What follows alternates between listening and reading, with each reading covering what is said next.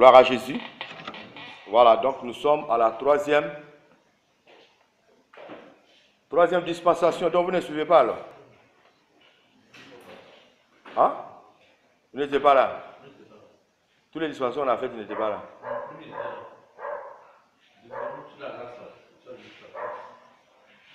Dispensation de la grâce. Hein? Ça, c'est dans quel cycle?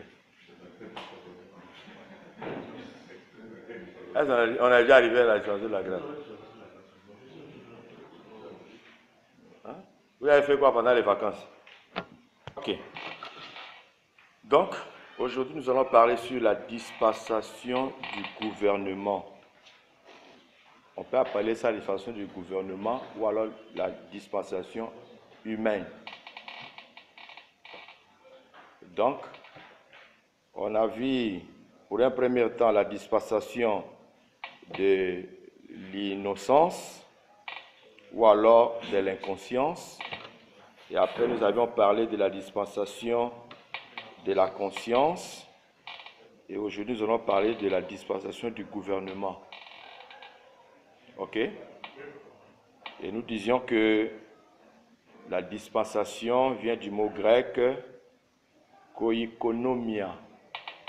Koikonomia qui signifie l'administration ou la direction économique d'une chose. Et là, nous voyons dans 1 Corinthiens 14, verset 33, on dit que Dieu n'est pas un Dieu de désordre, mais un Dieu de paix. C'est-à-dire, dans sa manière de fonctionner, Dieu a toujours aimé l'ordre. Donc, les dispensations nous permettent de situer les époques de chaque événement dans la Bible. Chaque événement est situé dans les époques. Dans les époques, nous avons des événements, nous avons des acteurs des différents événements, et chaque dispensation est marquée par des générations. Alors, nous avions déjà parlé sur la dispensation de l'innocence. On a dit que chaque dispensation se termine toujours par un jugement. Vous n'avez pas étudié, hein? Chaque dispensation se termine toujours par un jugement. On a vu la dispensation de l'innocence. La dispensation de l'innocence est terminée dans quel jugement? Quel a été le jugement de la... Le jugement de... Merci. Qui a mis fin à la dispensation de l'innocence? C'était quoi le jugement? C'était quoi le jugement qui a mis fin à la dispensation de l'innocence? Oui.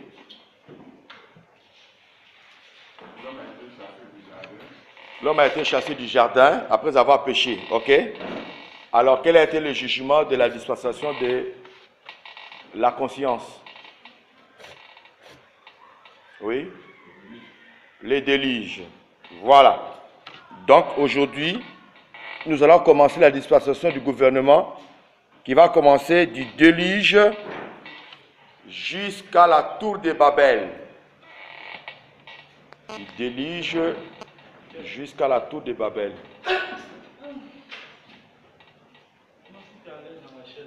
Lui, il fait trop de bruit, chaise là. Ça, c'est une chaise de célibataire.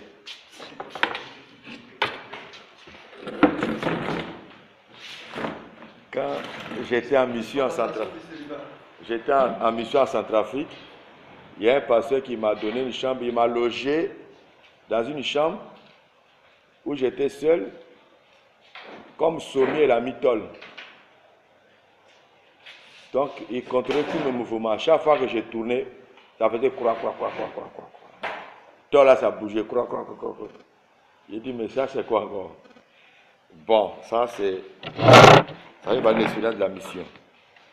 Donc, nous allons parler aujourd'hui de la dispensation du gouvernement qui commence au temps de Noé et qui va prendre fin la tour de Babel lors de la dispersion ou alors la la confusion de langues que Dieu a déversée sur les humains.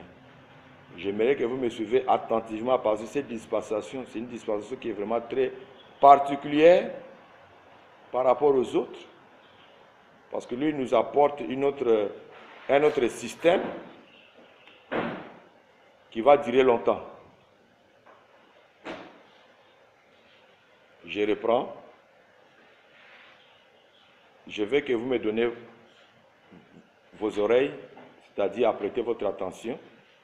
Cette dispensation du gouvernement ou humain va instaurer un système qui va durer très longtemps, qui est différent des autres dispensations qu'on a déjà vues. Donc, la dispensation va commencer avec Noé, c'est-à-dire Noé sort de l'arche, le monde recommence à nouveau. C'est-à-dire c'est un nouveau recommencement. C'est comme si quelqu'un a détruit sa maison pour refaire une autre maison. Dieu va détruire le monde en conservant quelques espèces humaines pour recommencer à nouveau un autre monde. Si on peut réfléchir de manière humaine, on va penser que Dieu a bien réfléchi pour éviter que le mal continue toujours. Il faut exterminer tout le monde. Il conserve au moins 8 personnes. Là, le monde peut recommencer vraiment calmement, sans problème, sans péché, sans rien. Donc, les dispensations nous permettent de connaître le parcours du nouveau monde qui vient d'être créé et comment ça va se terminer. Amen. Amen. Donc, nous lisons Genèse chapitre 8, à partir du verset 20 jusqu'au verset 21.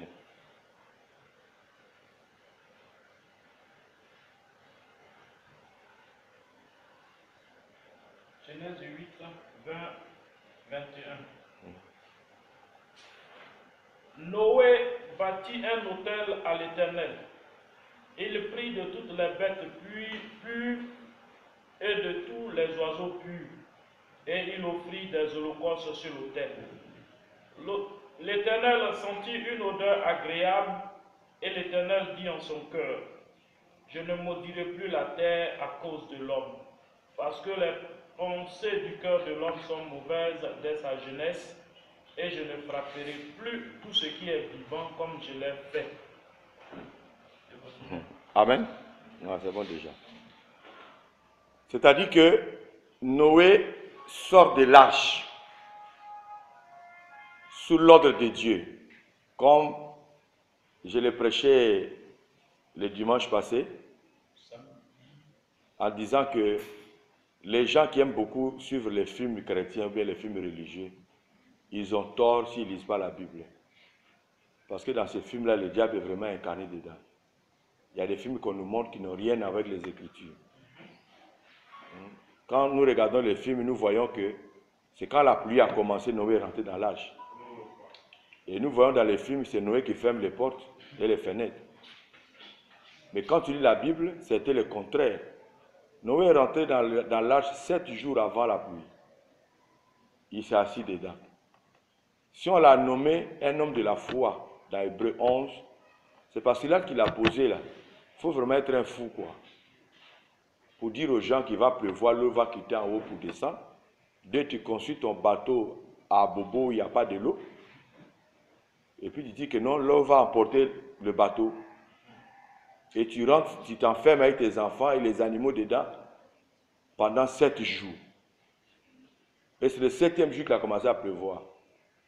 Tu vois? Alors quand on fait vraiment l'analyse de ces personnes qui étaient sauvées, nous allons voir que il y avait vraiment des moqueurs dans cette histoire-là. Parce que Noé et sa femme, chacun avait quand même des parents. C'est-à-dire, on prend Noé et ses parents, on prend la femme de Noé et ses parents, ok? On prend les femmes de leurs fils, les parents, les frères, les sœurs, on ne les voit pas dans l'arche. Est-ce que vous comprenez un peu? Maintenant, on prend les fils de Noé, Les fils de Noé avaient quand même des amis. On ne voit pas les amis dans l'arche. Et pourtant, l'accès était donné à tout le monde. Donc, on suppose déjà que quand Noé a parlé qu'il va pleuvoir, les gens ne croyaient pas. Donc, quand ils sont rentrés, ils ont fermé. Si c'était le premier jour, là, la pluie a commencé, les gens allaient commencer. Mais jusqu'à 7 jours. Donc, je pense que si même un beau était dedans, il a dit, bon frère, je pense qu'on a trop duré dans cette affaire-là. Il faut ouvrir, moi je vais partir. Voilà pourquoi Dieu se vit dans l'obligation lui-même de fermer la porte. Vous savez pourquoi? Lui-même, il a fermé les portes et les fenêtres. Donc, Noé n'avait pas la clé pour ouvrir, ni pour fermer. C'est Dieu seul qui avait la clé et il a fermé. Il dit, on ne bouge pas, on reste dedans. Vous voyez? Donc, il faut être vraiment un homme de foi pour vivre ça. Et pendant ce temps, il y a d'autres personnes dehors, Noé dans l'arche. Vous voyez, premier jour, il n'y a pas plu, deuxième jour, troisième, sixième. Donc, les gens commencent à se moquer, dire, ah, Dieu, tu as dit qu'il va pleuvoir, mais Noé n'a pas dit que c'est dans 7 jours. Donc, ceux qui voulaient finir leur maison, ils ont commencé à finir leur maison. Ceux qui avaient fixé les dates de leur mariage, ah, ils sont partis au mariage. Et bizarrement, le 7e jour, la pluie a commencé. Vous voyez? Alors, quand nous lisons, nous voyons dans les films, après la pluie, en même temps, on montre Noé lui-même qui ouvre l'arche, et puis les hommes descendent. Or, après la pluie, les 40 jours, 40 nuits, il y a eu encore 100 jours. Ils sont restés dans l'arche, jusqu'à ce que l'eau descende. Il faut être un homme vraiment de foi. Hein? Et après ça, maintenant, Noé sort de l'arche. C'est quand Noé a présenté son offrande à Dieu et que Dieu a exaucé cette offrande, c'est là maintenant le premier jour commence. Est-ce que vous comprenez? C'est un nouveau monde qui commence. C'est une nouvelle dispensation qui commence. Et cette dispensation est appelée la dispensation humaine ou bien de gouvernement. Cela veut dire quoi? Dieu donne à Noé l'autorisation ou alors l'autorité de dominer sur toutes choses. 2. Il devient le chef et le patron de la terre. C'est lui maintenant qui doit gouverner. Il doit mettre un système de gouvernance en place. Parce que ce système n'a jamais existé. C'est lui maintenant qui va gouverner. Il doit commencer maintenant à organiser les humains. Est-ce que vous comprenez? Vous allez remarquer que quand Noé a fini de faire son offrande, je dirais la chose qui va attirer l'attention de Dieu sur Noé, c'était l'offrande qu'il avait faite. Nous prenons Genèse 9. Lisons les versets 12 à 13. Genèse 9, 12 à 13. Et Dieu dit, c'est ici le signe de l'alliance que j'établis entre moi et vous, et tous les êtres vivants qui sont avec vous pour les générations à toujours. J'ai placé mon arc dans la nuit. J'ai placé mon arc dans les nuées. Et il servira de signe d'alliance entre moi et la terre. Vous voyez, l'arc n'a pas existé pendant la création du monde. Dieu va faire paraître ça quand il a senti une odeur agréable à l'offrande Noé lui a offert. Et Dieu va placer maintenant l'arc, que nous appelons l'arc-en-ciel. Je crois que l'arc-en-ciel a 7 couleurs. Il dit, ça c'est le signe de l'alliance que j'ai fait entre vous et moi, entre la terre et moi. Et plus jamais je détruirai la terre comme je le fais aujourd'hui. Ça, ce sont des signes qui ont marqué Dieu par l'offrande de Noé. Et Dieu va établir maintenant la loi de la moisson. Hein? Lis un peu Genèse 8, je crois le verset 22. Voilà. Genèse 8, le verset 22. Tant que la terre subsistera, Mhm. les semailles et la moisson, le froid et la chaleur, l'été et l'hiver, Mhm. le jour et la nuit ne cesseront point. Amen. Amen. Tant que le ciel et la terre subsisteront, la chaleur et l'été, l'hiver et l'été, la chaleur et le froid, l'hiver et l'été, ainsi de suite, la semaille et la moisson ne cesseront point. Ok? Dieu va placer maintenant la loi de la moisson. La moisson ici, ce n'est pas la fête de la moisson. La moisson, c'est un système que le monde entier doit vivre. Ta manière de servir Dieu, ta manière de donner, ta manière de vivre avec les autres, c'est-à-dire par notre comportement. Notre comportement, c'est une semence. Notre manière de faire, c'est une semence. Notre manière de donner, c'est une semence. Notre manière de servir, c'est une semence. Notre manière d'utiliser notre corps, c'est une semence. C'est ainsi que la Bible nous dit, c'est qu'un homme aura semé, il le moissonnera. Ok? Donc, il y a des semences qu'on peut semer à travers notre chair, nous dit Galates 6, versets 6 à 7. Ok? Maintenant, il y a des semences qu'on peut semer à travers nos offrandes. Ça, c'est l'apôtre Paul qui l'a dit dans 2 Corinthiens 9, verset 6. Celui qui sème peu, 2 Corinthiens 9, verset 6. Celui qui sème peu, moissonnera peu. Ça, c'est dans les choses matérielles, dans les offrandes, les dons. Voilà. Ce qui fait que les personnes qui donnent difficilement, ils ont toujours des problèmes financiers, ces personnes-là. Et ils pensent que c'est les démons. Quand quelqu'un veut être béni financièrement, matériellement, la seule conseil que tu peux lui donner, il n'a qu'à ouvrir ses mains. Voilà. C'est par là que Dieu passe pour combattre, ainsi de suite. Donc, cette loi-là, Dieu l'a placée à partir de l'offrande que Noé a présentée à Dieu. Alors, donc je disais que c'est à partir de là maintenant, la dispensation du gouvernement démarre. Dieu donne le pouvoir à Noé de gouverner le monde. Maintenant, suivez-moi très bien ce que je vais dire. Les acteurs de cette dispensation du gouvernement et tous vont passer, mais le système du gouvernement reste en place. Les acteurs de cette dispensation, c'est-à-dire en commençant par Noé, tous les autres, et tous les vont passer. Mais cette dispensation nous impose un système de gouvernement du monde qui va rester jusqu'à ce que le Seigneur Jésus revienne. Là, je me fais comprendre.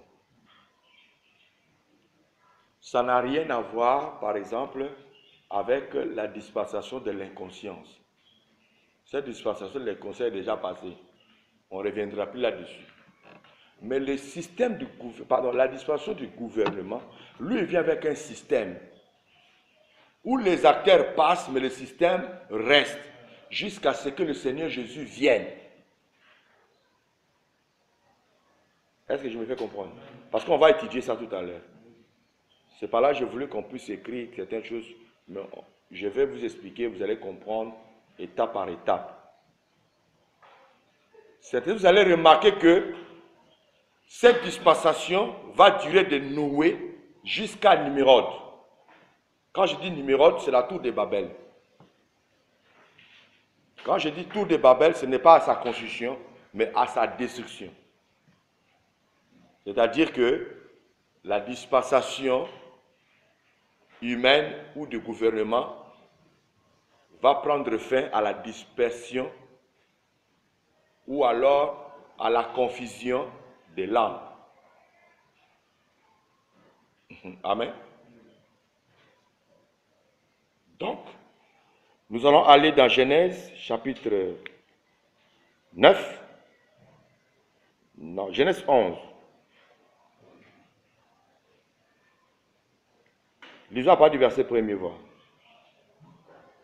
Toute la terre avait une seule langue et les mêmes mots. Comme il était parti de l'Orient, il trouvait une plaine au pays de Chinéa et ils y habitèrent. Ils se dirent l'un à l'autre, allons, faisons des briques et cuisons-les au feu. Et la brique leur servit de pierre et le bitume leur servit de ciment. Ils dirent encore, allons, bâtissons-nous une ville et une tour dont le sommet touche au ciel. Et faisons-nous un nom. Faisons-nous un nom. Afin que nous ne soyons pas dispersés sur la face de toute la terre. Vous voyez? Voilà la pensée qui commence à animer l'homme. Quand Noé sort de l'arche, Dieu dit à Noé, multipliez-vous et remplissez la terre. C'est un ordre que Dieu donne à Noé pour qu'il puisse se disperser pour remplir la terre. Mais ici maintenant, l'homme décide de construire quoi? Une tour. Suivez bien les paroles qui sont là. Une tour dont le sommet touche où? Le ciel. Le ciel. Faisons-nous un nom. 3, afin que nous ne soyons pas dispersés à la surface de la terre. Ça devient une rébellion.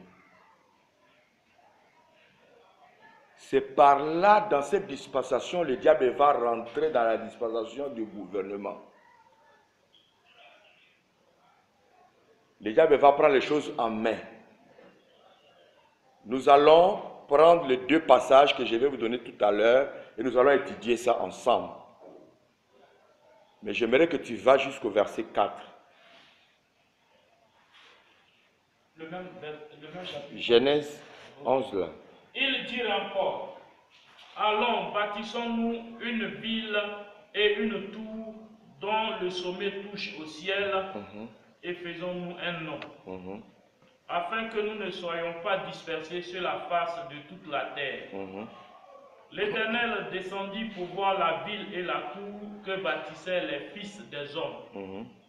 Et l'Éternel dit, voici, ils forment un seul peuple et ont tous une même langue.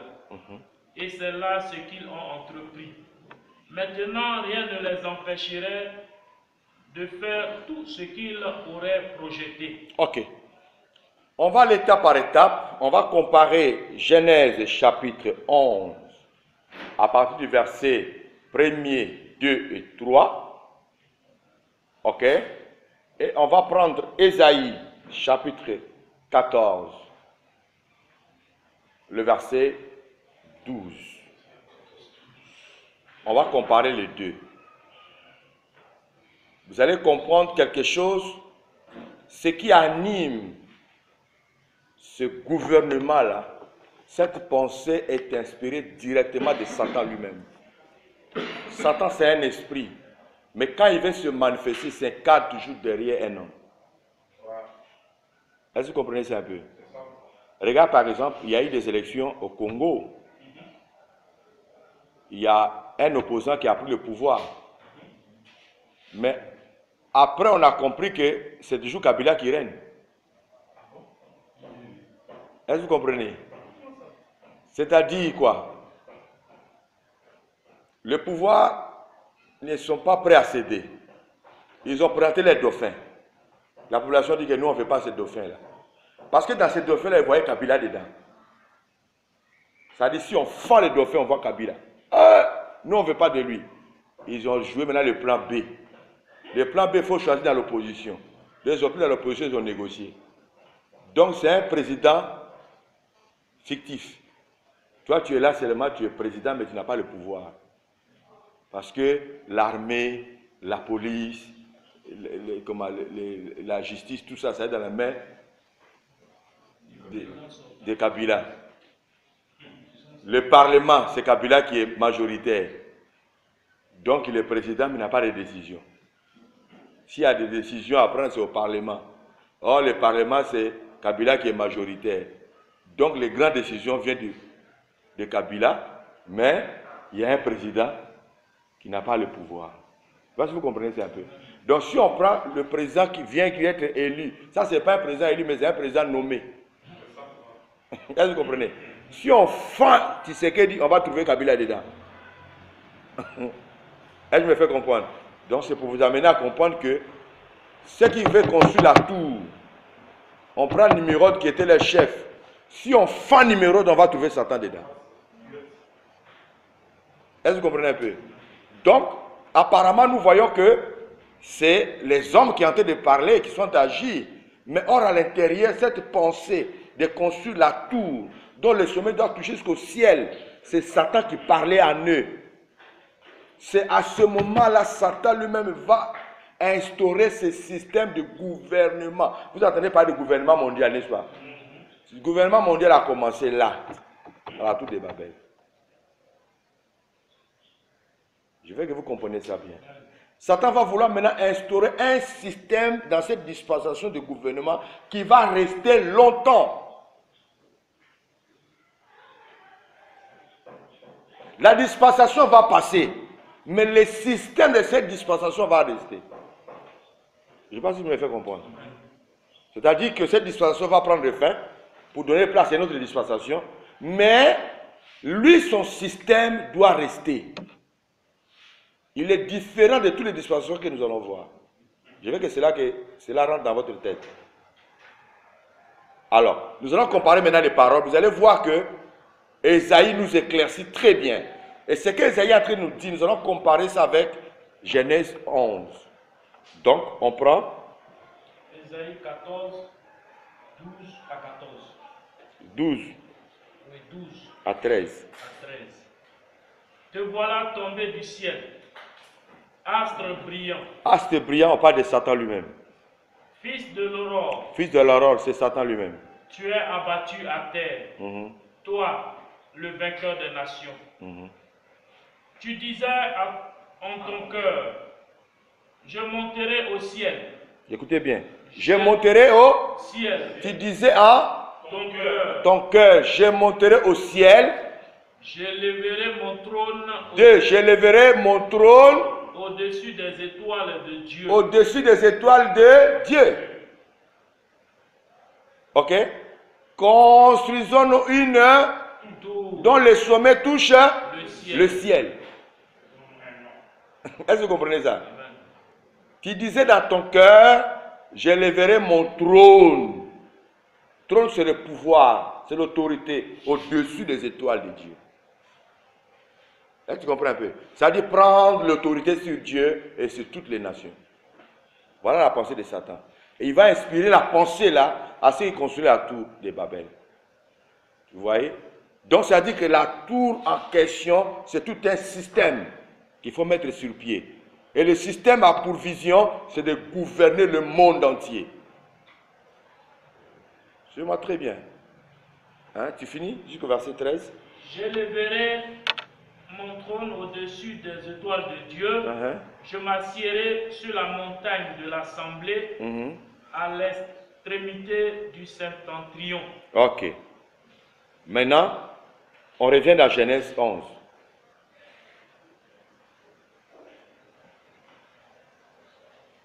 Lis seulement le verset 4. Genèse 11, 4. Il dit encore, allons, bâtissons-nous une ville. Bâtissons-nous une ville. Et une tour dont le sommet touche au ciel. Dont le sommet touche au ciel. Est-ce que vous voyez la concordance entre Ésaïe et puis Genèse? Est-ce que vous comprenez un peu? C'est-à-dire Nimrod et sa suite ne furent que des exécutants de l'ordre venant du ciel. Est-ce que vous voyez? Donc, le système de ce gouvernement vient pour combattre les étoiles de Dieu. Vient pour positionner les trônes au-dessus du trône de Dieu. Voilà la vision. Et cela commence avec Nimrod. C'est ainsi que nous continuons maintenant Genèse là toujours, où Dieu dit descendons. L'Éternel, à partir du verset 5. Mhm. L'Éternel descendit pour voir la ville et la tour que bâtissaient les fils des hommes. Mhm. Et l'Éternel dit, voici, ils forment un seul peuple et ont tous une même langue, et c'est là ce qu'ils ont entrepris. Vous entendez? Voici, ils forment tous une seule Langue. C'est ça qu'on appelle l'écuménisme. Cette vision de l'écuménisme a commencé à naître là déjà. Est-ce que vous comprenez ça un peu? La vision, c'est quoi? De contrôler le monde. Or, si tu veux contrôler le monde, observez bien ceux qui ont les yeux pour bien voir le président de ce monde. Quand il vient au pouvoir, il doit contrôler l'armée, les finances, la justice, la religion. Si tu ne contrôles pas la religion, tu ne dois pas t'échapper. Voilà pourquoi on parle de la religion d'État. Voilà. Si tu deviens pasteur puissant, tu commences à réunir déjà dans les milliers de personnes, l'État les yeux sur toi. Il va chercher à coopérer forcément avec toi. Parce que c'est que tu es capable de faire ce qu'on appelle le soulèvement populaire. Est-ce que vous comprenez un peu? Dès que tu as déjà 3 000, 4 000 membres, tu es arrivé déjà à 10 000, l'État va chercher à coopérer avec toi. Il va commencer à envoyer des gens pour venir te voir, machin, tout, pour que tu sois. Parce que tu as déjà au moins 8 000 membres. 8 000 membres, si lui pose sa candidature et que les 8 000 membres le votent, il a 8 000 voix avec toi. Voilà. Donc il va chercher forcément que tu sois derrière lui. Maintenant, des grandes églises qu'on peut imaginer, forcé doit coopérer avec l'État. Voilà. Donc, il doit contrôler tous ces systèmes-là. Les systèmes bancaires, les systèmes judiciaires, il doit contrôler ça. Pour mieux régner. Donc, je reviens pour dire, construisons-nous une tour dont le sommet touche au ciel. Formons-nous un peuple, donnons-nous un nom. Il y a déjà l'image de l'écuménisme qui rentre là. Tout doit se formuler en un, pour bien gouverner. Or, la vision de Dieu, c'était de s'éparpiller dans le monde, que les gens se multiplient pour remplir la terre. Mais il veut réduire ça dans une tour où les gens vont rester ensemble, parler une seule langue. Alors, on continue la lecture. Maintenant au verset 7. Allons, descendons et là confondons leur langage, afin qu'ils n'entendent plus la langue les uns des autres. Et l'Éternel les dispersa loin de là, sur la face de toute la terre, et ils cessèrent de bâtir la ville. Voilà. L'Éternel dit, allons, descendons, confondons leur langue. La seule chose qui pourrait les amener à arrêter la construction de la tour, c'est la confusion des langues. Si toi tu me parles en hébreu et puis je te réponds en pété, il y a confusion. Tu lui parles en français, lui te répond en anglais, il y a confusion. Donc pour ne pas créer de problèmes, je préfère aller dans mon coin. Donc il se cherche. Toi tu parles quoi? Toi au moins on se comprend. Ceux qui se comprennent là, chacun se cherche. C'est comme ça, il y a eu sécession de la construction de la tour. Mais suivez-moi très bien. J'ai dit tout à l'heure que cette dispensation passe, mais son système de gouvernement n'est pas passé. Parce que derrière ça, il y a le diable lui-même. C'est lui qui a inspiré les gens à faire ces choses-là. Et cette inspiration ne doit pas cesser de fonctionner. Parce que si ça cesse, automatiquement, lui, son existence sur la terre, ça n'a pas son sens. Nous avons des acteurs dans ce monde qui cherchent à se faire connaître aux humains, leur existence. Il y a Dieu et puis il y a Satan. Derrière chaque acteur, il a son équipe. L'autre a ses anges, il a ses serviteurs, et ainsi de suite. Donc, quand vous voyez la magie, la sorcellerie, et tout, pigeon est sorti, le feu est sorti dans le vide, l'homme fort comme oiseau. Il dit, ouais, Satan existe. On prend papier, on frappe comme ça, billet de banque. Ouais. Soit me disait que ça, c'est pas Dieu, ça, c'est Satan. Tu dis que ouais, Satan existe.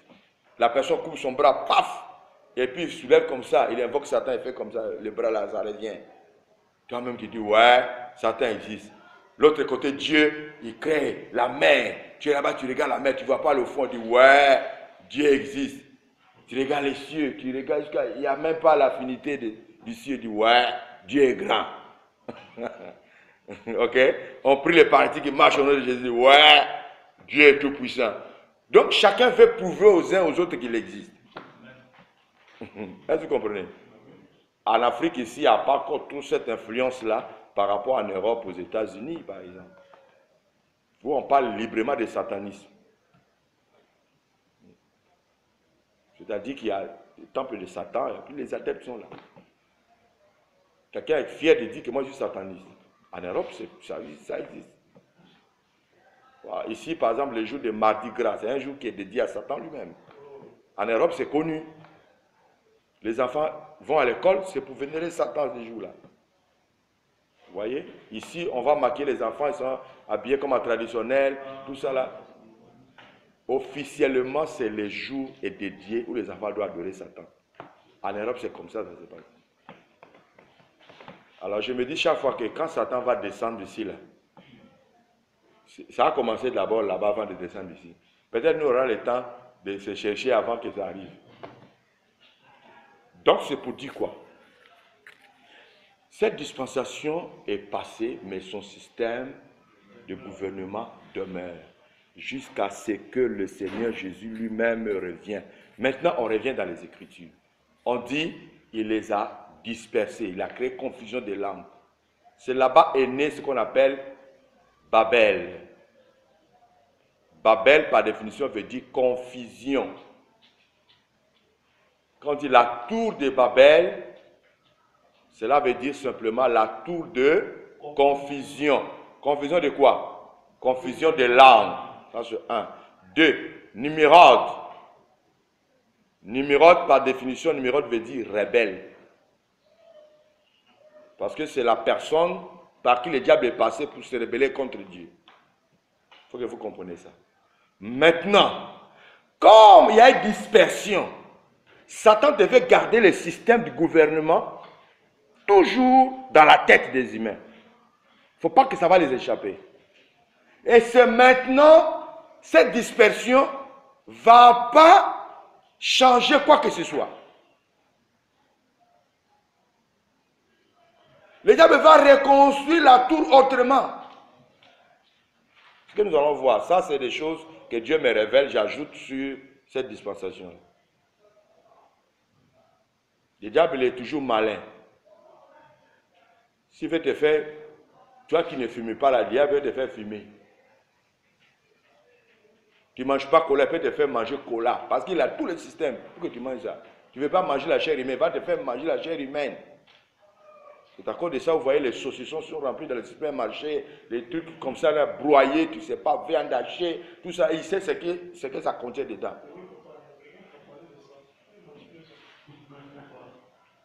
Les pâtés. Toi, tu es là, oh, c'est doux, oh, tu es en train de manger la chair de ton oncle. Il a tout le système, il sait comment te faire manger la chair humaine. Si Dieu pourrait permettre que nos yeux voient ce que nous mangeons dans les supermarchés, frère, surtout au domaine de viande, les viandes hachées, les pâtés, les saucissons, moi ça fait longtemps que je n'en mange plus. Tout ce qui est viande hachée, saucissons, pâteux, j'ai arrêté ça il y a longtemps. Parce que nous sommes dans un monde où le satanisme bat le record. Il y a d'autres chairs humaines, il faut donner aux hommes, ils vont manger. Mais comment faire? Il faut passer par ce système-là. Donc, je reviens pour dire que le diable a compris que Dieu les a dispersés. Donc, il a dit, ah d'accord. Donc, comme lui, il a vu que on voulait construire une tour physique qui va monter jusqu'au ciel, maintenant on va le faire autrement. Le diable va se réorganiser à nouveau. Donc, de Babel, il va faire ressortir Babylone. Est-ce que vous comprenez un peu? Donc, tu mets Babel et puis tu mets tiré Babylone. Donc, comprenez une chose, Babylone, c'est une continuité de Babel. Est-ce que vous comprenez un peu? Babylone, c'est une continuité de Babel. Et vous allez vous rendre compte que cet empire babylonien avait comme en tête le roi Nebuchadnezzar. Et le roi Nebuchadnezzar va constituer un empire universel qui va gouverner le monde entier. Vous voyez la tour qui est construite maintenant? Ça dit tout le monde entier est babylonien. Au lieu de faire la tour maintenant avec des briques pour monter, on a fait ça maintenant autrement. Avec un seul roi à la tête. C'est ainsi que Nebuchadnezzar a eu l'audace de dire « Je suis le roi des rois ». C'est un système satanique. La même vision que le diable avait au départ. Je lèverai mon trône au-dessus des étoiles de Dieu. Est-ce que vous voyez un peu? La même vision s'est incarnée maintenant. Au départ, c'était à Nimrod. Maintenant, ça va s'incarner à Nebuchadnezzar. Nebuchadnezzar est la continuité de Nimrod. Lui, au lieu de construire maintenant la tour avec des briques, lui va construire maintenant la tour autrement de son empire qui devient l'empire universel. C'est-à-dire le monde entier est babylonien. Même les enfants d'Israël, ils étaient babyloniens. C'est juste pour vous amener à comprendre un peu comment le péché, les conséquences du péché d'Adam et Ève va conduire l'homme. Où Dieu lui-même il voit, mais comme c'est un Dieu de principe, il laisse. Vous vous souvenez de Gabaonites? Les ruses. Quand ils sont venus voir Josué avec du pain déjà moisi, les chemises déchirées, les chaussures complètement usées, mais ils ont dit que tes serviteurs sont quittés dans un pays lointain. Vous voyez? Donc, nous sommes venus faire l'alliance avec vous. Ils ont fait l'alliance. Et c'est après l'alliance qu'ils ont découvert que non, les Gabonites sont presque à côté. Ouais. Oh, ils devaient les détruire. À cause de l'alliance déjà faite, ils étaient obligés de les plus détruire. On les a punis. Bon, vous allez commencer à couper le bois, puiser de l'eau pour nous. Ils sont restés en vie. Est-ce que vous comprenez un peu? Donc, il y a certaines choses que Dieu a dit à l'homme où il ne peut plus revenir là-dessus. Il a dit au serpent quoi? Tu mangeras la poussière de la terre tous les... Est-ce que vous comprenez un peu? C'est Dieu qui a livré l'homme. La poussière de la terre, c'est l'homme. Hein? Parce que le serpent, si tu mets la poussière dans sa case, il va mourir. Parce qu'il ne va pas manger ça. Dieu parlait déjà à Satan, je te livre l'homme. C'est ainsi que Christ ne devait pas naître avec un corps tiré de la terre. La poussière de la terre, non. Est-ce que vous comprenez ça un peu? Sinon le diable allait l'écraser. Vous voyez? Et quand le serpent est venu pour manger la poussière, le serpent elle a croisé caillou. Elle dit, c'est quoi ça encore, histoire de manger là? Il a bougé comme ça, caillou là s'est renversé, ça allait écraser la tête. Ben, c'était écrit, si c'était écrit, tu briseras les talons. Tu écraseras la tête et tu briseras les talons. Tu comprends? Donc, Satan a compris que non, lui ce n'est pas la poussière mais c'est caillou. La pierre qu'on baptisait, rejetée par le bâtisseur est devenue la principale des lampes. Est-ce que vous comprenez un peu? Donc, quand Satan a mis son système sur pied, Dieu était dans l'obligation de dire aux Israéliens d'obéir à ça. Israël a servi Nebuchadnezzar. Quand Jérémie donnait le message que vous allez aller en Babylone pendant 70 ans, et Dieu me dit de vous dire Là-bas, là, faites les enfants, confusés, baptisés, parce que vous allez rester là-bas longtemps. Il dit comment Dieu, créateur du ciel et de la terre, qui est notre Père, peut permettre à un païen de nous gouverner. Toi, tu es quel genre de prophète? Et Dieu dit, mon serviteur Nebuchadnezzar. Est-ce que vous comprenez ça un peu? Mais derrière ça, il y avait le diable.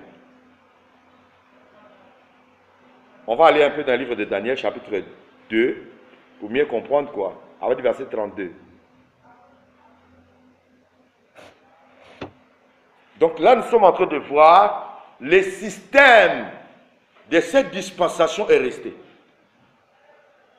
Mais la dispensation a pris fin depuis la confusion des langues. Est-ce que vous comprenez un peu? Depuis la confusion des langues, cette dispensation de gouvernement a pris fin par ce jugement de dispersion des humains et des langues. Mais le système de cette dispensation n'a pas pris fin. Le diable a recréé ça autrement pour gouverner le monde, pour contrôler le monde. Vous voyez? La Bible dit quoi? Le monde entier sous la domination du malin. Mais comment il peut contrôler le monde s'il n'a pas la gouvernance en main? Il faut qu'il gouverne le monde. Il doit contrôler tout. Vous voyez? Vous allez voir que Nebuchadnezzar avait des représentants dans chaque province. Et ces provinces, ce sont des nations. Mais il y avait un représentant de Nebuchadnezzar. Et le représentant de Nebuchadnezzar, il était appelé roi. Donc lui, Nebuchadnezzar était le roi de tous ces rois-là. Donc on l'appelait le roi des rois. Est-ce que vous comprenez ça un peu? Jusqu'à ce que Nebuchadnezzar se fait adorer par les humains. Ok, on va lire. Daniel 2, à partir du verset 32. À partir du verset 32. Là, nous sommes maintenant dans le songe du roi. Vous voyez, si on prend Daniel chapitre 2, ça c'est le songe que le roi a fait. Dieu va venir se révéler à lui. Malgré qu'il soit roi païen, Dieu va se révéler à lui. Mais quand nous allons dans Daniel 7, Daniel 8, ça c'est Dieu maintenant qui se révèle à Daniel lui-même, le prophète. Mais c'est la même chose. Mais seulement il y a quand même des petites différences. Là maintenant, le roi Nebuchadnezzar dans son sommeil, Dieu vient se révéler à lui pour lui parler. Vas-y maintenant. La tête de cette statue était d'or pur. Vas-y, je vais expliquer, vas-y. Sa poitrine et ses bras étaient d'argent, son ventre et ses cuisses étaient d'airain. Ses jambes de fer, ses pieds en partie de fer et en partie d'argile. Tu regardais lorsqu'une pierre se détacha sans le secours d'aucune main, frappa les pieds de fer et d'argile de la statue et les mit en pièces. Alors le fer, l'argile, l'airain, l'argent et l'or furent brisés ensemble et devint comme la balle qui s'échappe d'une haie en été. Voilà. On va arrêter un peu. Voilà, vas-y. La pierre. Le vent les emporta et nulle trace n'en fut retrouvée. Mais la pierre qui avait frappé la statue devint une grande montagne. Une grande montagne. Et remplit toute la terre. Remplit toute la terre. Suivez-moi très bien. Ici, on nous parle des 4 grands empires universels. Et puis, il y a un 5e qui vient après. C'est pour confirmer ce que je suis en train de vous dire, que ce système de gouvernement humain va rester jusqu'à ce que le Christ revienne. Premièrement, le roi fait un songe. Bizarrement, quand il a fait un songe, Dieu l'a fait effacer ce songe-là dans son esprit. Il a dit, il se réveille, il ne se souvient plus. Mais quand il faisait le songe, son esprit était troublé. Il dit, mais j'ai vu quelque chose dans mon sommeil. J'ai vu quelque chose. Donc, il va appeler tous ces magiciens, les magistrats, les satrapes, les intendants, et toutes ces personnes-là, les hommes sages de Babylone. Il dit, donnez-moi l'explication. Révélez-moi le songe et son explication. Il dit, chef, parle-nous de ton songe et puis on te donnera l'explication. Il dit, non, j'ai oublié ça. Révélez-moi les songes. Il dit, mais quand tu as dormi, on a dormi ensemble. Ou bien on a la même tête. Et il dit, ah bon, Joe, si d'ici jusqu'à le soir, je n'ai pas eu la révélation, là, je vais vous décapiter, vous tous. Daniel faisait partie des sages de Babylone. C'est ainsi que Daniel va demander au roi de donner un peu de temps, il va consulter son Dieu. Il savait que ces songes-là, ça ne venait pas des hommes, mais ça venait de Dieu. Donc, on lui a donné le temps, et c'est dans la prière que Dieu va lui révéler les songes. Et Dieu va révéler les songes au roi Nebuchadnezzar pour lui dire que il va lui montrer différents royaumes qui vont gouverner la terre. Il a montré la statue qui avait une tête en or, la poitrine et les bras étaient en argent, le ventre et les cuisses étaient en airain, jambes et le pied, il y a une partie qui était en fer et une partie des pieds était en argile. Et Daniel commence à donner l'explication. Il dit, roi, la tête d'or c'est toi. Toi et ton empire, qui symbolise la tête d'or. Donc tu es le premier empire universel. Il faut bien m'écouter. Hein?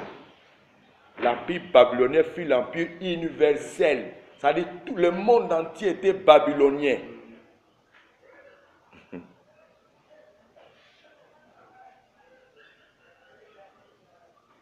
Et Dieu a parlé à Nebuchadnezzar pour lui montrer que votre système là va continuer jusqu'au 4e.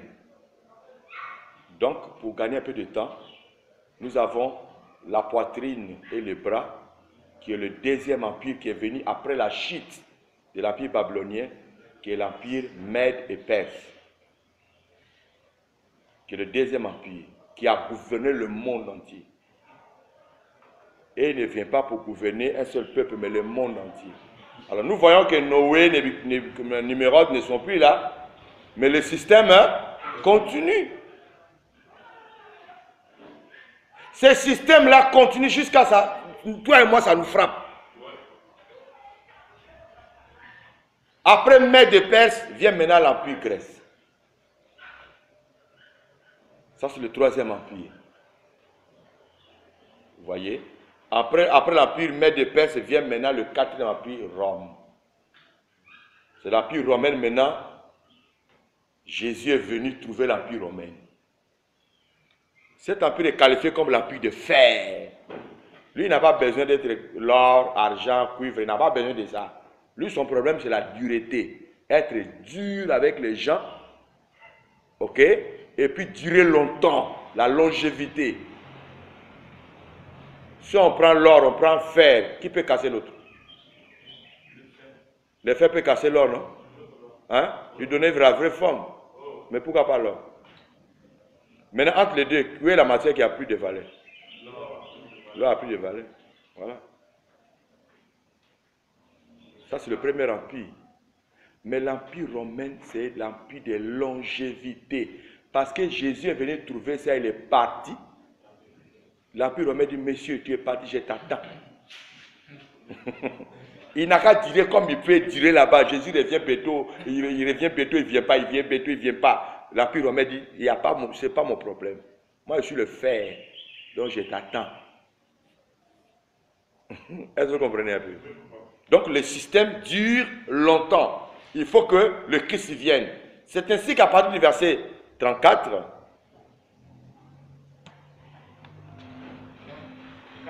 34-36, on nous parle de la pierre qui s'est détachée de la montagne sans le secours d'aucune main, qui va contre la statue. Lis la Bible, on dit quoi? Tu regardais lorsqu'une pierre se détacha sans le secours d'aucune main. Vous voyez, ça c'est le royaume de Christ, qui se détache de la montagne, sans le secours d'aucune main. Est-ce que vous comprenez un peu? C'est-à-dire c'est un royaume divin, ce n'est pas un royaume humain. Ça ne vient pas de ce monde. Ok? C'est détaché sans le secours d'aucune main qui fait quoi? Qui frappa les pieds de fer et d'argile de la statue et les mit en pièces. Alors le fer, l'argile, les reins, l'argent et l'or furent brisés ensemble et devint comme la balle qui s'échappe d'une haie en été. Le vent les emporta et nulle trace n'en fut retrouvée. Mais la pierre qui avait frappé la statue, devint une grande montagne qui remplit toute la terre.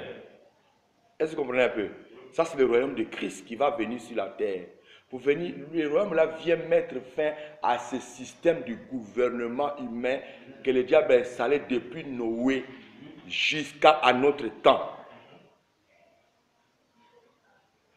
À l'heure où nous parlons, nous sommes au 4e empire qui est Rome. Est-ce que vous comprenez un peu? Nous sommes au 4e empire qui est l'empire romain. Cet empire romain sera utilisé par le diable pour combattre le monde et le christianisme. C'est ainsi que nous voyons la pierre qui se détache de la montagne. Ça, c'est l'empire de Christ, le royaume de Christ qui vient maintenant. De la montagne, ça veut dire que cet empire n'a rien à voir avec l'empire du monde. Lui, il vient avec un nouveau système. C'est là que Christ vient maintenant pour installer ce qu'on appelle le millénium. Ce n'est pas l'éternité encore.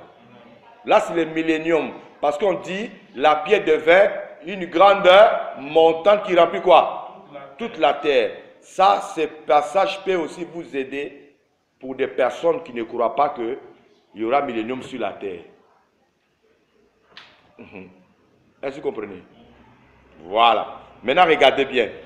Je vais toucher quelque chose et puis on va revenir encore dans le même système là, mais d'une autre manière. Parce que Dieu parlait toujours de ça, mais les gens ne comprennent pas des fois ce que Dieu est en train de dire. Ok. Vous avez remarqué par exemple, dans le système de fonctionnement de Dieu, depuis l'Ancien Testament, Dieu ne voulait pas que Israël fonctionne comme les nations, au système de gouvernance. Parce que Dieu savait que le système de gouvernance des nations, le diable est incarné dedans. C'est ainsi que Dieu a choisi un peuple Israël. Mais en choisissant un peuple Israël, Dieu ne les a pas choisis comme un peuple qui va gouverner le monde entier. Je veux que vous me suivez attentivement. Ici, je suis en train de démontrer quelque chose qui va vous permettre à comprendre que Dieu dans son système, c'est-à-dire en commençant par Babylone, l'empire babylonien jusqu'à l'empire romain, Dieu a laissé ça aux nations, cette gouvernance-là. Il n'a pas voulu que Israël s'implique dans ce système-là. Parce qu'il voyait le diable derrière ça. C'est ainsi que Dieu, comment lui a gouverné Israël? Dieu gouvernait Israël à travers les juges et les prophètes. Tu vois comment Dieu fonctionnait? Dieu fonctionnait avec Israël à travers les juges et les prophètes. Jusqu'au jour où Israël eux-mêmes, ils ont regardé chez les nations et dit, pour eux là-bas, là, c'est doux. Et au moins, ils ont un roi qui les gouverne et puis ils applaudissent pour eux. Ils dansent pour eux, pour lui du moins. Mais nous ici, c'est les juges et puis c'est les prophètes. Ça, c'est quoi le système encore? On est là seulement ici par l'Éternel. Ainsi par l'Éternel. Non, nous, on veut aussi se ressembler aux nations. Prenons 1 Samuel chapitre 8. Pas du verset 5, on va voir quelque chose. 5 à 6. On peut commencer à voir du verset 1 Samuel 9, 8. Pas du verset 5. 1 Samuel 8, 5, à partir du verset 5. 8, à partir du verset 5. Il lui dit. Oui. Voilà, il lui dit, voici tu es vieux, et tes fils ne marchent point sur tes traces. Maintenant, établis sur nous un roi pour nous juger, comme il y en a chez toutes les nations. Samuel vit avec des plaisirs qu'il disait, donne-nous un roi pour nous juger. Et Samuel pria l'Éternel. L'Éternel dit à Samuel, écoute la voix du peuple dans tout ce qu'il te dira, car ce n'est pas toi qui le rejettes, c'est moi qui le rejette, afin que je ne règne plus sur eux. Ils agissent à ton égard comme ils ont toujours agi depuis que je les ai fait monter d'Égypte jusqu'à ce jour. Ils m'ont abandonné au service d'autres dieux. Écoute donc leur voix, mais donne-leur des avertissements et fais-leur connaître le droit du roi qui régnera sur eux. Samuel rapporta toutes les paroles de l'Éternel au peuple qui lui demandait un roi. Il dit, voici quel sera le droit du roi qui régnera sur vous. Il prendra vos fils et il les mettra sur ses chars et parmi ses cavaliers, afin qu'il court devant son char. Il s'en fera des chefs de 1000 et des chefs de 50, et il les emploiera à labourer ses terres, à récolter ses moissons, à fabriquer ses armes de guerre et l'attirail de ses chars. Il prendra vos filles pour en faire... Ça, c'est les conditions que Dieu donne pour le roi qui veut prendre. Vas-y. Pour en faire des parfumeuses, des cuisinières et des boulangères. Il prendra la meilleure partie de vos champs et vos vignes et de vos oliviers et la donnera à ses serviteurs. Il prendra la dîme du produit de vos semences et de vos vignes et la donnera à ses serviteurs. Il prendra vos serviteurs et vos servantes, vos meilleurs bœufs et vos ânes, et s'en servira aux ses travaux. Il prendra la dîme de vos troupeaux et... Lis un peu en bas la réponse d'Israël.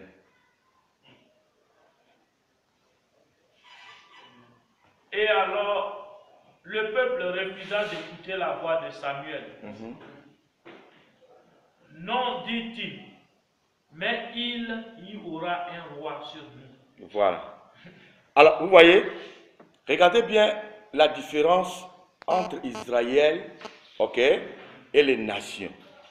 Les nations, ils ont un roi pour les gouverner.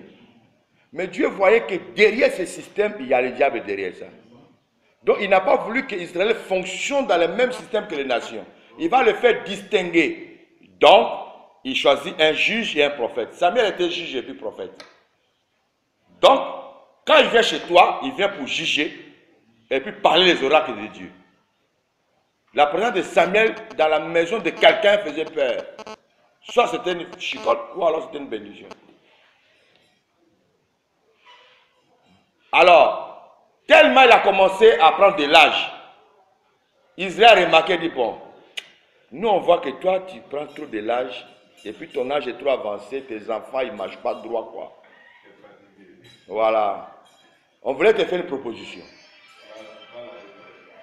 Voilà. Joe, il faut te retirer un peu de l'affaire de juge et prophète. Nous on est fatigués de ça. Regarde chez les nations. Regarde, c'est la convoitise, hein? Ça s'est fait aussi, n'est-ce pas? Dans les ministères, ça s'est fait aussi. Toi, tu as commencé il y a longtemps, ça ne marche pas, ça ne marche pas. Celui qui a commencé là, oh, tu as vu là-bas, ouais. Toi, tu es en retard. Mais il faut savoir comment ça s'est passé. Non, on va être comme lui, il faut aller se renseigner là-bas. Or, tu ne sais pas peut-être qu'il a fait un pacte dans le monde des ténèbres. Mais tu veux lui ressembler, et puis voilà, à la fin, tu ne vas plus te retrouver. Alors, les prophètes Samuel étaient déçus d'Israël. Il a dit, attends, si j'ai bien compris, vous voulez avoir un roi comme chez les nations. Il dit oui, pour vous gouverner, oui. Ah bon? Et moi? Et non, non, ton système là, on n'est pas de ça. Et puis c'est bizarre, hein? Le monde entier est gouverné par le roi, sauf eux qui ont toujours un seul système où il y a prophète et puis juge. C'est comme en Afrique, ici on avait Kadhafi, lui c'est un guide. Donc chez lui il n'y a pas vote, il n'y a pas élection. Les Blancs se sont rendus compte que ça ne les arrange pas parce qu'ils doivent voler les pétroles. Ce système-là, ça n'arrange pas les Blancs. Ça arrangeait beaucoup plus les Libyens. Mais parmi les Libyens, il y a d'autres qui n'ont pas compris. Ils disent non, pourquoi toi guide? Non, nous on veut être comme eux aussi. Et là-bas il y a les présidents. Toi c'est guide, tu ne vois pas que c'est. Non, nous on ne veut plus ça. Depuis ils ont tué les guides, jusqu'à aujourd'hui, Irak, comment? Libye ne se retrouve plus. Tu vois, non?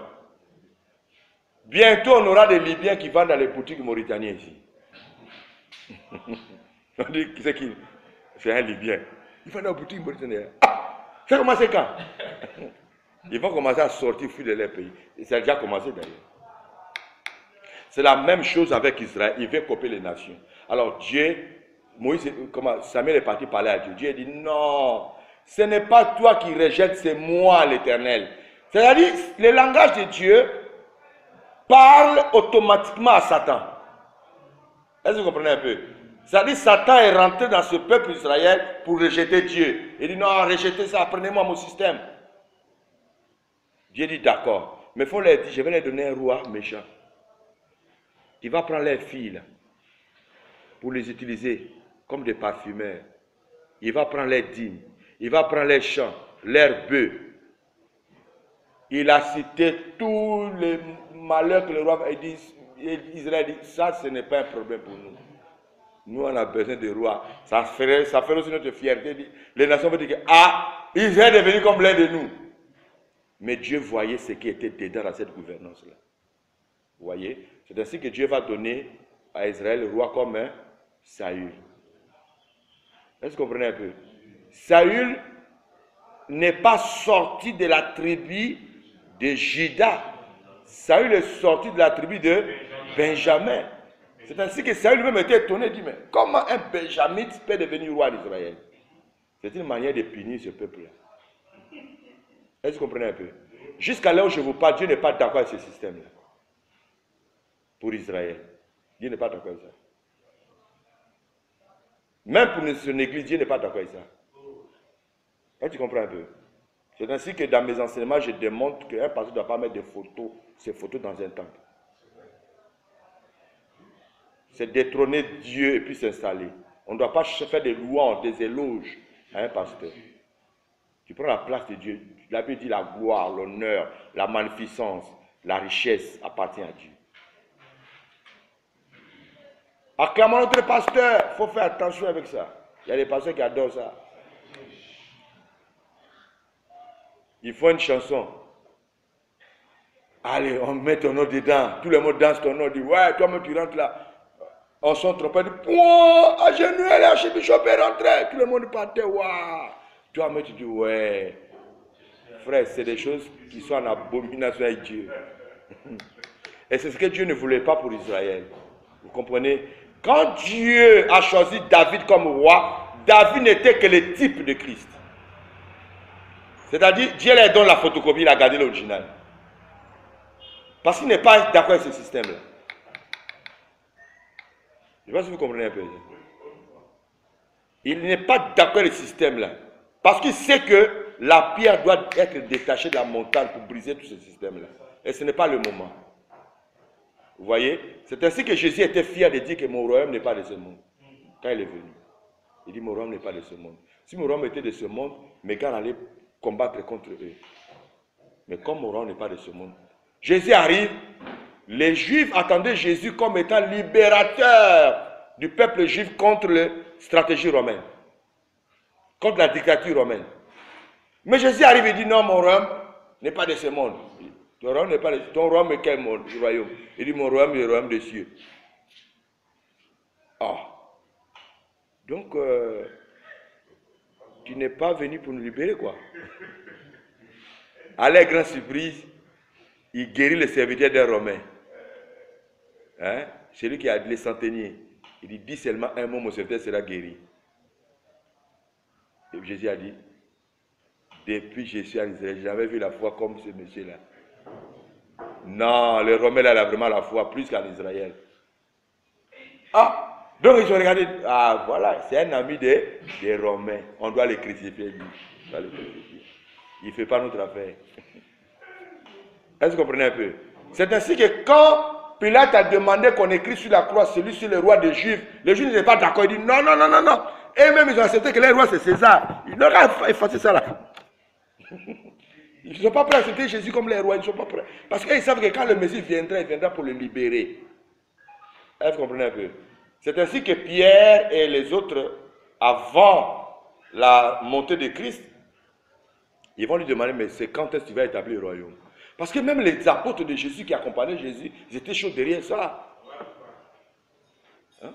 Quand je me mets un peu à la place de Pierre, Pierre pensait que sera peut-être le premier ministre, chef du gouvernement. Vous voyez? Quand Jésus lui a dit que non, bientôt je retournerai vers mon Père. Il dit, quel Père? Philippe lui dit, montre-nous le Père. Il dit, depuis longtemps, je suis avec toi, tu n'as pas connu. C'est lui qui m'avait appris le Père. D'accord. Alors, à la grande surprise, il dit, bientôt, très bientôt, je ne serai plus avec vous. Il faut que je m'en aille. Et le royaume, le royaume, le royaume. Vous voyez? Il dit à Pierre, ce n'est pas à vous de connaître le temps ou l'heure que le Père a fixé pour le royaume. Sinon, ce n'est pas le moment. Vous restez seulement à Jérusalem, vous recevez une puissance. Donc, je crois bien Pierre a regardé. Oh, donc j'ai perdu mon temps. J'ai déjà dit à mes parents, à ma femme là-bas, là, je suis derrière ce temps-là, ce n'est pas pour rien. Nous, on va gouverner les Romains ici. Ils vont sentir. Et là, maintenant, tu me dis que attendez à Jérusalem, vous recevez une puissance, vous serez encore mes témoins à Judée, à Samarie. Et puis témoins là, et puis sans toi. Donc il y avait tout ça dans les têtes. Mais Jésus savait, il faut donner le temps aux nations. Alors, je voulais maintenant faire une différence. Suivez bien. Suivez-moi très bien. La dispensation de gouvernement, cette dispensation a pris fin après la dispersion du peuple et la confusion des langues, mais son système reste. Cela veut dire que le temps de gouvernance des nations continue son parcours jusqu'à notre temps d'aujourd'hui. Amen. Lisons Luc chapitre 21, verset 24, pour vous amener à mieux comprendre ce que je viens de dire. Luc 21, verset 24.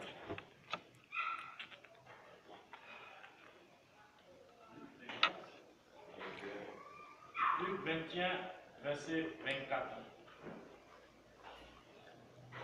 Ils tomberont sous le tranchant de l'épée, ils seront amenés captifs parmi toutes les nations. Ça, on parle à Israël. Et Jérusalem sera foulée aux pieds par les nations. Jérusalem sera foulée aux pieds par les nations. Jusqu'à ce que les temps des nations soient accomplis.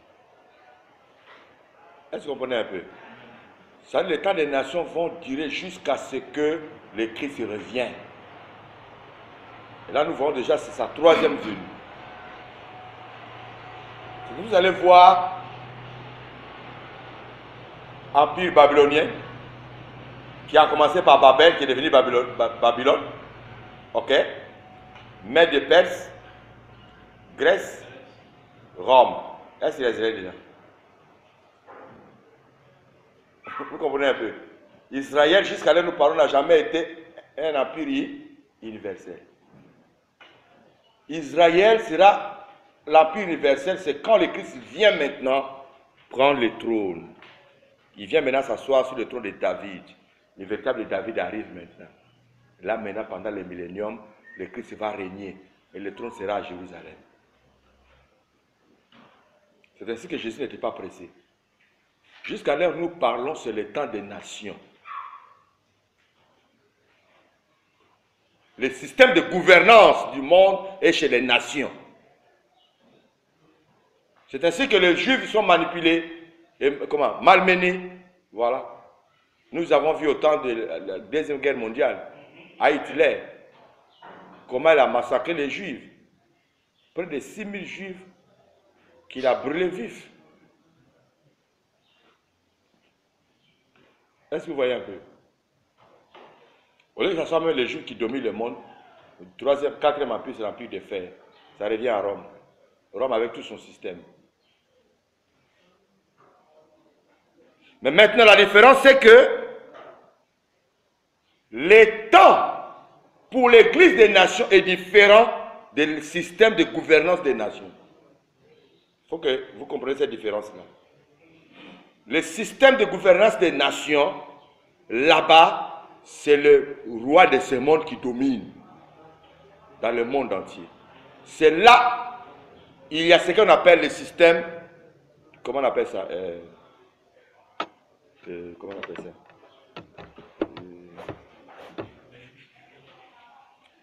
Ok. La mondialisation. Vous entendez parler de la mondialisation? Voyez? Donc, tout sera gouverné par un. C'est le système qui est en train de se mettre sur pied. Voilà. Est-ce que vous comprenez un peu? Mais tandis que, quand on parle, le temps de la grâce pour l'Église des nations est différent. Parce que le temps de la grâce pour l'Église des nations nous amène d'abord un. Israël rejette le Christ comme leur Messie. Ok? Il choisit maintenant parmi les nations une épouse appelée l'Église. C'est là maintenant Christ étend la grâce à toutes les nations. Toutes les nations maintenant deviennent peuple de Dieu en passant par Jésus-Christ, c'est-à-dire par l'acceptation de Jésus-Christ. Si tu acceptes Jésus, tu deviens enfant de Dieu par la foi en Jésus. Est-ce que vous comprenez un peu? Là, tu deviens membre dans le corps du Christ. Donc, nous sommes au temps de la grâce pour l'Église des nations, qui est différent du système du gouvernement des nations. Le gouvernement des nations, ça n'implique pas l'Église. Ça sont les rois de ce monde qui gouvernent. Là, je me fais comprendre cette différence-là. Voilà. Donc, juste pour ça. Maintenant, regardez un peu. Hein. On revient un peu dans le livre de Joël. Joël chapitre 2. Je vais vous montrer quelque chose là. Dieu parlait déjà de ces choses depuis Joël. Il va revenir encore sur ça dans le livre d'Apocalypse pour que nous comprenions comment le système là fonctionne. Joël 2. Lis à partir du verset 22 voir. Joël 2 à partir du verset 22. Bêtes des champs, ne craignez pas, car les plaines du désert reverdiront, car les arbres porteront leurs fruits, le figuier et la vigne donneront leur richesse. Et vous, enfants de Sion, soyez dans l'allégresse et réjouissez-vous en l'Éternel, votre Dieu, car il vous donnera la pluie en son temps, et il vous enverra la pluie de la première et de l'arrière-saison, comme autrefois.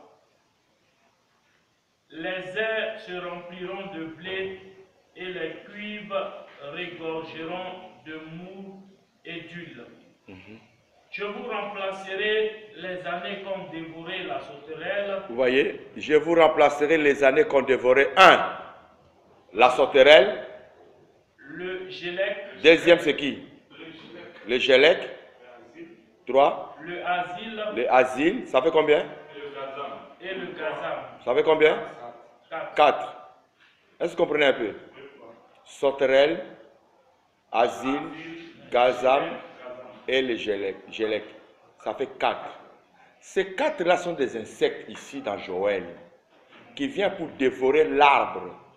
Dieu dit, je vous remplacerai les années qu'ont dévoré les sauterelles, les gélec, les asiles et les gazam. Ces 4 insectes-là représentent les 4 types empires qui ont gouverné le monde jusqu'à notre temps. Est-ce que vous comprenez? Et ça serait remplacé quand le Christ vient. maintenant dans son royaume pour détruire tout ce système-là et pour installer lui son royaume à lui. Est-ce que vous comprenez un peu? Chaque insecte a quelque chose à bouffer dans l'arbre. D'autres vont bouffer les feuilles, d'autres les écorces, d'autres les racines, d'autres mangent le fruit. Ce n'est pas que l'arbre produise. Mais Dieu promet à l'arbre la pluie de la première et de l'arrière saison pour la rendre encore fertile. Est-ce que vous comprenez un peu? Donc ici, Dieu parlait déjà de ce système-là que Dieu va mettre sur pied pour détruire son peuple. Et vous savez que le diable ne peut rien faire sans l'autorisation de Dieu. Amen. Amen. Ce n'est pas fini. Nous prenons maintenant Apocalypse chapitre 6. Je crois que c'est par là qu'on va finir aujourd'hui, puisqu'il est déjà l'heure. Apocalypse 6. Versets 1 à 8. J'ai regardé. Quand l'agneau ouvrit un des 7 sceaux, et j'entendis l'un des 4 êtres vivants qui disait comme d'une voix de tonnerre, viens. Viens. Je regardai et voici parut un cheval blanc. Celui qui le montait avait un arc, une couronne qui lui fut donnée. Et il partit en vainqueur et pour vaincre. Voilà. Dès que le premier sceau fut ouvert, voici parut un cheval blanc. Et celui qui le montait avait un arc. Est-ce que vous comprenez un peu? Vous voyez, le cheval blanc et les cavaliers. Ça rejoint les sauterelles. Lui, il va en guerre. Parce que celui qui a l'arc, c'est un chasseur, c'est un guerrier qui va en guerre. Donc, ça se concorde avec le premier empire universel. Ça se concorde avec les sauterelles. Est-ce que vous comprenez un peu? Maintenant, regarde ici, on dit la couleur blanche. Quand on va parler de 7 sceaux, on reviendra sur ça. Mais il y a certains éléments que je ne peux pas développer, puisqu'on a la suite, qu'on en parlera sur le sceau. Quand on va rentrer dans les 7 âges de l'église, on va dans les sceaux, on va aller dans les tonnerres, ainsi de suite. Donc, bref, comprenez que ce système-là combat l'église de Dieu, combat le Christ. Si on prend, ici on dit, apparut un cheval blanc. Or, si on va dans Apocalypse chapitre 19, nous allons voir aussi le cheval blanc que Christ est monté dessus. Ici, c'est l'antéchrist, l'autre, c'est le Christ lui-même. Est-ce que vous comprenez un peu? Donc, ici, le cheval blanc de l'Apocalypse chapitre 6 nous parle de l'antéchrist lui-même.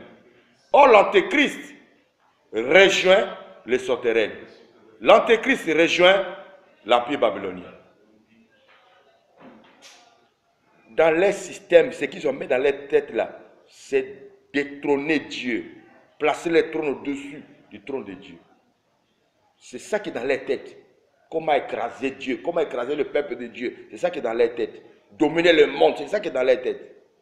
Voilà, je voulais parler de gouvernement mondial. Ça se parle aujourd'hui. Gouvernement mondial. Lève-toi. Il ne faut pas fermer, on n'a pas fini les lits.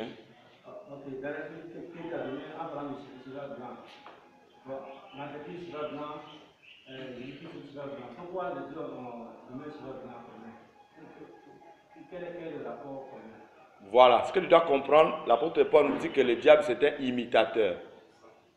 Un imitateur, c'est un adaptateur. C'est lui qui veut t'imiter.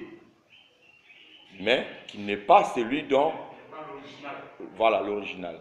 Donc le diable se déguise aussi à l'ange de lumière. Aujourd'hui, pourquoi beaucoup de personnes se sont trompées? Les églises qui croient aux visions, aux prophéties, ces églises-là sont en danger si leurs visions, leurs prophéties ne se concordent pas à la parole. Est-ce que tu comprends un peu? Parce que la vision, tu peux facilement voir une vision. Il y a un homme qui t'apparaît tout en blanc, lumière. Tu dis qu'à partir d'aujourd'hui, tu ne vas plus te laver. Tu as mangé seulement des poussins pendant 70 jours. C'est ton repas. J'utiliserai puissamment. Déjà, à partir de là, il y a déjà un peu d'interrogation. Mais comme tu as vu l'homme blanc, lumière, toi tu crois que ça c'est Jésus. Or le diable est capable de faire ça. Et tu comprends un peu? Si moi je me dis la parole de Dieu, je verrai nulle part on m'a dit de manger le poussin. Tu vas manger poussin, demain ça ne sera plus poussin. Tu as trop mangé le poussin, maintenant je vais te lever au-dessus de la puissance. Tu as vu comment les miracles sont pour dire ouais, ok. Prochainement tu vas dormir à côté de la mer. Tu as une semaine, tu dors seulement au bord de la mer. Tu vas penser que c'est Dieu. Mais si je connais les Écritures, ça va m'épargner. Donc c'est comme ça aussi. Alors quand nous lisons Apocalypse 6 là, le premier cheval 1, les cavaliers n'avaient pas de nom. Bon, je ne vais pas trop longtemps les dire parce qu'il y a des leçons sur tout ça. Voilà. Si je rentre dedans, ça a pu servir à grand chose. Je dois comprendre que c'est un imitateur de Christ. Voilà. Alors, deuxième cheval, c'est le cheval roux. Allez-y. Deuxième cheval, tombe directement deuxième cheval. Deuxième saut. Et quand est sorti un autre cheval roux, celui qui le montait reçut le pouvoir d'enlever la paix de la terre, afin que les hommes s'égorgeassent les uns les autres, et une grande épée lui fut donnée. Je veux que quelqu'un m'écrit la couleur qui sort là. Quelqu'un m'écrit blanche, et puis deuxième couleur rouge. Toi, tu vas lire, tu n'écris rien. Tu écris blanche, deuxième couleur c'est roux. Roux égale rouge. Ok, on continue. Troisième. Vous voyez? Deuxième, la couleur roux, c'est le cheval qui sort. Il y a un cavalier dessus qui ressemble au Gélec. Quand il ouvrit le troisième seau, j'entendis le troisième être vivant qui disait, viens, je regardai et voici parut un cheval noir. Cheval noir. Vous voyez? Alors, vous allez comprendre que les insectes dont on nous a parlé, sauterelles, asiles et tout cela, voilà. En fait, c'est comme on dit 4 empires universels, mais c'est la même vision, même esprit. Est-ce que vous comprenez? Les quatre premiers sceaux qui s'ouvrent là, c'est la même vision, même esprit de la conquête du monde. C'est le même esprit. Et Dieu parlait déjà de ces choses dorénavant pour que nous puissions comprendre comment le monde est gouverné par Satan lui-même. Et dernière couleur, c'est quoi? La couleur pâle. Voilà. Pâle égale à mort. Vous voyez? Ça, c'est des passages que je prends pour enseigner sur le touge. Merci à toi. Sur le touge. Regardez ces couleurs que vous voyez là. Ce sont les 4 couleurs de touge. La couleur pâle est le mélange de tout. D'autres appellent ça verdâtre. D'autres traditions. C'est le mélange de tout. Tu vas trouver les violets, tu vas trouver les différentes couleurs dans la pâle. Et c'est l'ensemble de ces couleurs ça qui donne la mort. Est-ce que vous comprenez un peu? Ça, c'est l'un des versets qui nous définit les différentes couleurs que nous trouvons dans les touges. C'est des symboles pour dire que ces personnes sont dans l'affaire. Dieu n'est pas d'accord avec les touges. Vous allez trouver la couleur blanche. Est-ce que vous comprenez? Après vient la couleur rouge. Après vient la couleur noire. Après vient la couleur verdâtre. Verdâtre est l'ensemble de ces 4 couleurs. Vous allez voir d'autres taux sont en violet. Est-ce que vous voyez un peu? D'autres c'est des couleurs bizarres. Mais c'est l'ensemble de tout cela. Vous allez voir que dans l'église catholique, par exemple, toutes ces couleurs-là sont respectées dans les touges. Et nos frères qui ont suivi ces voies-là, ils sont dans ces 4 couleurs. Or, ces 4 couleurs correspondent aux couleurs de l'Antéchrist. C'est là vient l'affaire des toges. Les toges, c'est une inspiration purement diabolique. Jésus était tellement sage, il a changé les sacerdoces en avance pour que le système change, qu'on ne doit pas porter ces tenues-là. Vous allez voir le pasteur met chemise noire et puis col blanche. Là, vous voyez. Il n'y a pas une couleur dedans qui ne figure pas dans les toges et dans les tenues pastorales. Ça n'existait pas. Or ici, on donne ces couleurs-là pour identifier l'Antéchrist lui-même et ceux qui le suivent. On doit véhiculer vraiment le message vis-à-vis de ces pasteurs-là pour qu'ils sortent de ces choses-là. Sinon, toutes les couleurs qu'ils ont sur les toges, c'est les couleurs qui identifient l'Antéchrist. Ce sont les opposants de Christ. Ça, c'est le parti de l'opposition. Nous sommes dans le gouvernement. Quand je parle de gouvernement, c'est le gouvernement de Christ. Il sera bientôt installé. Pour le moment, là, quand Jésus est venu, vous avez déjà entendu Jésus dire que le royaume de la terre est déjà proche. Ou bien pour notre procession de Jérusalem. Non, Jésus toujours a dit le royaume des cieux. Le royaume des cieux. Tu vois? Alors, ce sont des paroles qui choquaient les Juifs. Parce qu'ils étaient sous la colonie romaine. Rome dominait sur eux. Tu dois payer impôt. On ne doit pas faire ceci, on ne doit pas faire cela. Or, si le moment est arrivé de faire recensement, chacun retourne dans sa ville natale. Va faire ses recensés. Et ils mangeaient l'argent où il y avait l'effigie de César dessus. Donc tout ça, ça les fatiguait. Donc ils cherchaient un David pour être à leur tête. Et Jésus est venu, moi je suis le Messie. Ah, d'accord? Alléluia. Le Messie est venu. Messie. Ah, d'accord. Il doit Messie là, il guérit les Romains. Messie là, il parle bien des Romains. On dit, ton royaume là est comment même? Et il a dit que mon royaume n'est pas de ce monde. Ton royaume n'est pas de quel royaume? Tu as dit de quel monde? Il dit, non, moi, mon royaume, c'est le royaume des cieux. Ah! Lui là. C'est ça, on dit que le fils de Marie, lui là, fils de Marie. Fils de Joseph, le charpentier, c'est son fils qui est là. Si quoi tu te bats pour dire que tu es le Messie? Parce qu'on dit quand le Messie, c'est lui le successeur du trône de David. Il dit c'est moi. Dit. Oh! Et puis tu laisses les Romains nous massacrer. Tu vois? Donc c'était difficile aux Juifs d'accepter Christ comme étant leur Messie. Parce qu'ils savent que le Messie viendra prendre le trône de David. Est-ce que vous comprenez? Quand même ses disciples le suivaient, c'était dans cette intention-là. Tu vois? Et au moment où il dit que je vais vous laisser pour partir, il dit tu vas où? Vous voyez l'affaire du royaume. Il dit non, ce n'est pas le moment. Le Père sait, ce n'est pas à vous de connaître le temps ou le moment le Père a fixé.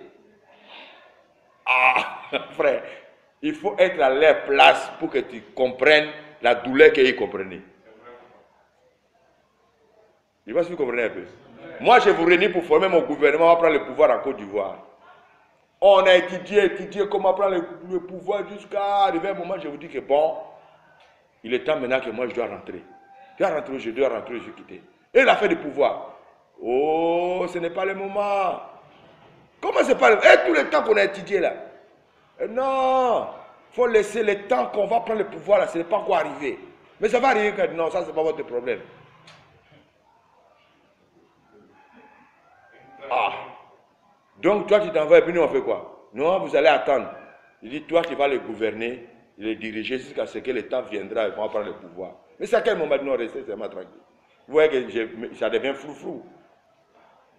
Ça devient flou et puis ça devient embêtant. C'est comme si on a perdu notre temps. En fait, vous avez perdu votre temps.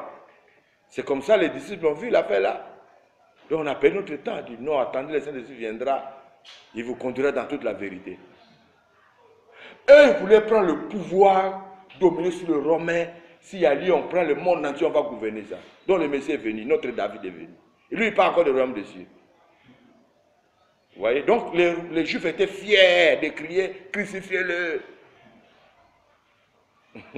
Il n'est pas notre roi. Donc, voilà, mes frères, en bref, cet enseignement qui nous démontre que la dispensation du gouvernement, la dispensation humaine, Cette dispensation a déjà pris fin depuis la chute ou la destruction de la tour de Babel, mais simplement son système est demeuré jusqu'aujourd'hui. Amen. Son système demeure jusqu'aujourd'hui, jusqu'à ce que le Christ revienne et que la pierre se détache de la montagne sans le secours d'aucune main pour briser la statue, la rendre poussière et le vent va l'emporter.